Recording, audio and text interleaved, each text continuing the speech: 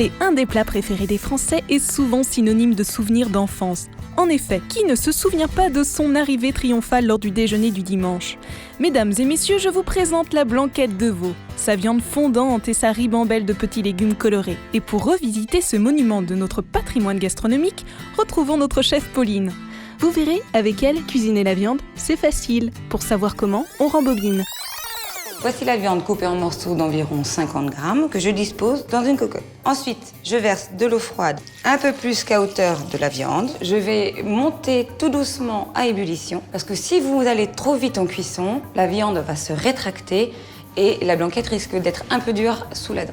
On a porté la cuisson à ébullition. Je vais maintenant baisser le feu pour que ce soit à frémissement et je vais ajouter des oignons coupés en morceaux, des carottes coupées en morceaux, assez gros pour qu'ils puissent supporter une longue cuisson, ainsi que des poireaux. Et pour terminer, un bouquet garni. Pour déguster la blanquette, il y aura bien sûr une garniture. Donc pour les champignons de Paris, on les coupe en quartiers. Une fois les pommes de terre épluchées, on va les couper dans la longueur, puis on va les mettre dans une casserole couverte d'eau froide et on ajoutera du gros sel. Pendant que les pommes de terre sont en cuisson, on va s'occuper des champignons et des oignons. Pour cuire à blanc les champignons, on va les disposer dans une poêle. On va y ajouter de l'eau à mi-hauteur. Ensuite, j'ajoute un morceau de beurre, une petite pincée de sucre et un jus de citron. Le jus de citron, ça va tout simplement permettre de garder le champignon bien blanc à la cuisson, sinon il a tendance à noircir. Je vais porter à ébullition la cuisson des champignons. Et je dispose dessus une feuille de papier sulfurisé. Ça permet de conserver une partie de l'humidité et de glacer légèrement les champignons. Pour glacer les oignons grelots, on va faire exactement la même préparation que pour les champignons de Paris, sauf que l'on va faire en sorte que toute l'eau soit évaporée. Et ensuite, nos oignons grelots seront cuits et bien luisants, glacés grâce au sucre et au beurre. Il n'y a plus qu'à attendre. Les champignons sont cuits. Alors moi, ce que j'aime bien faire, c'est ma petite astuce personnelle. Plutôt que de jeter le jus des champignons, je le verse dans la cuisson de la blanquette. Ça va porter un petit côté sucré et c'est super agréable.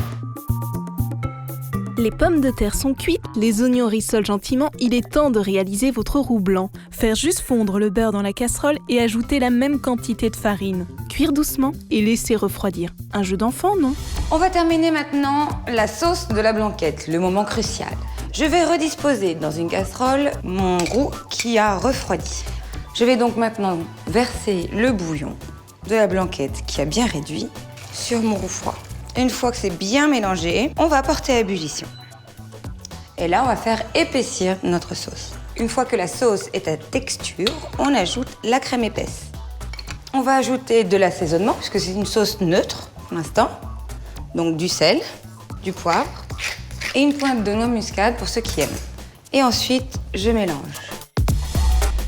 On verse 2 beaux jaunes d'œufs et c'est presque l'heure de passer à table.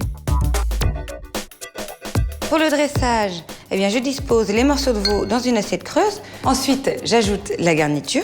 Donc pour nous, c'est de la pomme de terre, des petits oignons et des champignons. Je goûte parce qu'on ne sait jamais.